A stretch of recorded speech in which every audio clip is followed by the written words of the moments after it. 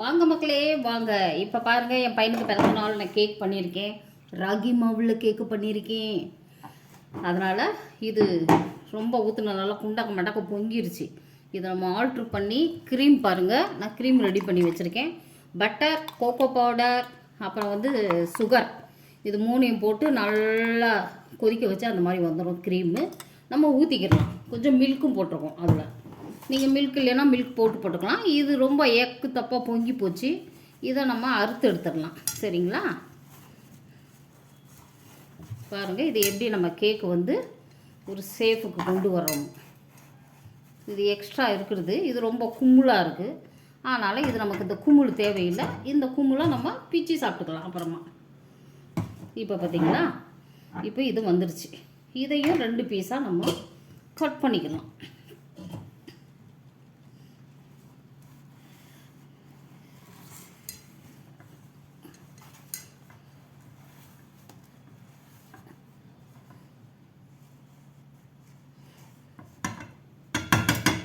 இப்போ 2 பீஸ் ஆயிடுச்சு பாருங்க. இப்போ நம்ம இதை இங்கே வச்சோம். இப்போ இந்த க்ரீம் இருக்கு இல்லைங்களா, இதெல்லாம் இருக்கட்டும். இதை நம்ம லாஸ்ட்டில் இதெல்லாம் நமக்கு சாப்பிட்றதுக்கு யூஸ் ஆகும். எதுவும் வேஸ்ட் ஆகாது. இதை நம்ம வேஸ்ட்டு போடலாம். இப்போ இந்த க்ரீம் எடுத்து வச்சுருக்கோம் இல்லைங்களா, இந்த க்ரீமை அப்படியே ஸ்ப்ரெட் பண்ணும். எல்லாமே நான் வீட்டில் பண்ண கேக்கு, ரெடிமேட் கேக்கு கிடையாது. இது வந்து நம்ம இப்படியே போட்டு நல்லா பண்ணிவிட்டு ஒரு சாக்லேட் க்ரீம்.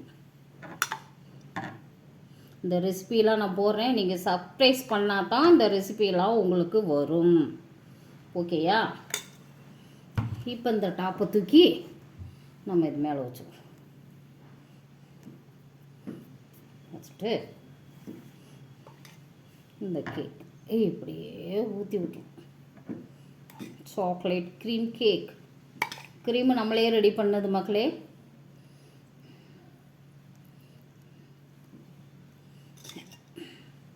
இன்னும் நிறைய ரெசிபி என்கிட்ட இருக்குது.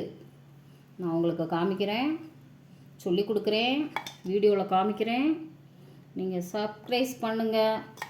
சப்ஸ்கிரைப் பண்ணிங்கன்னா உங்களுக்கு வரும்.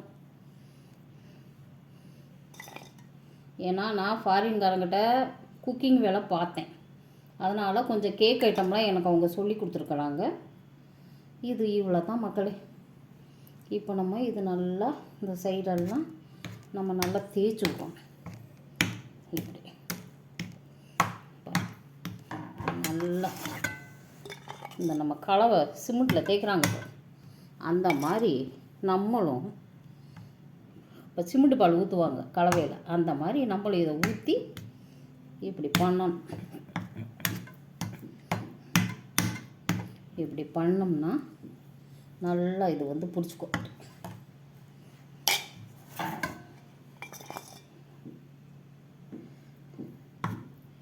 நல்லா அந்த க்ரீம், ஒரு சிலருக்கு க்ரீமு இருந்தால் தான் நல்லாயிருக்கும். இது வந்து ஹெல்த்தி க்ரீம் தான், நீங்கள் சாப்பிட்லாம், ஒன்றும் ஆகாது. நம்ம பேக்கரியில் கொடுக்குற மாதிரி வந்து அந்த ரொம்ப அதிக க்ரீமு அதிக ஃபேட்டெல்லாம் இல்லை. பட்டர், கொஞ்சோண்டு பட்டர் தான் போட்டிருக்கோம். அது ரொம்ப ஹெல்த்துக்கு நல்லது. அதனால் நீங்கள் எல்லாம் சாப்பிட்லாம். இந்த க்ரீமை சாப்பிட்லாம். சின்ன குழந்தைங்களுக்கு ரொம்ப பிடிக்கும். சாக்லேட்னால் சும்மா சாப்பிட்றதுல இந்த கேக்கு, அது ராகி மாவு, ராகியில் களி பண்ணி கொடுத்தா எதுக்கெல்லாம் திங்குங்களா? என் பிள்ளையே திங்காது.